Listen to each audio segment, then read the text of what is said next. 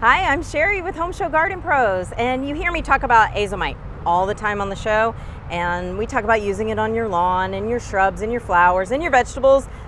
But I'm here with Mike Fodge from AZOMITE. Yes. How are you doing today? Doing great, doing great. We want to tell people about using it on your trees in conjunction with your rest of your landscape. Sure. So we're standing here in front of this amazing water oak.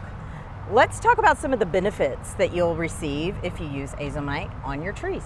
So one of the things we're going to do with an application is put back micronutrients the tree probably never has seen or heard of. Mm-hmm. Needs it, but never had it. Right. So we'll do that by applying in a tree like this size. We don't need to go around the trunk of the tree. Yes. We need to go out to the drip line. Right. And what I would recommend, if you don't have a manicured lawn, rough it up a little bit and then apply just around the tree, the drip line. Okay. And then water it in. And you would do this with a fertilizer spreader, right? Absolutely. So you could just dump your AZOMITE in the fertilizer spreader, go out around the drip line of the tree. Yes. Okay. And then water it in. Right.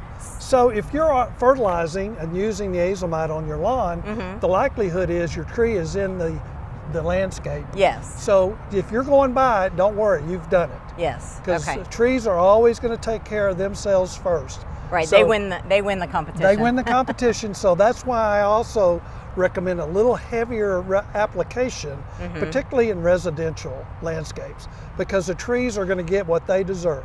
Yes. And then everybody else gets what's left overs. So let's give a little bit to all of our plants. Right. And just a reminder, AZOMITE is a mineral supplement. Yes. It's not a plant food. That's right. So you would still want to feed, but then add your AZOMITE, and that'll give you that immune response that we're looking for. It'll make your trees more resilient to insects and disease, and it'll actually soften the soil profile. When under our oak trees, we deal with a lot of compaction. Yes, right? absolutely. And so it's going to go down into the roots and then up through this beautiful tree, up into the leaf system, Yes. making it more resilient to insects. Absolutely. Awesome. Well, thanks for the info, Mike. That's Yep. great. Yep.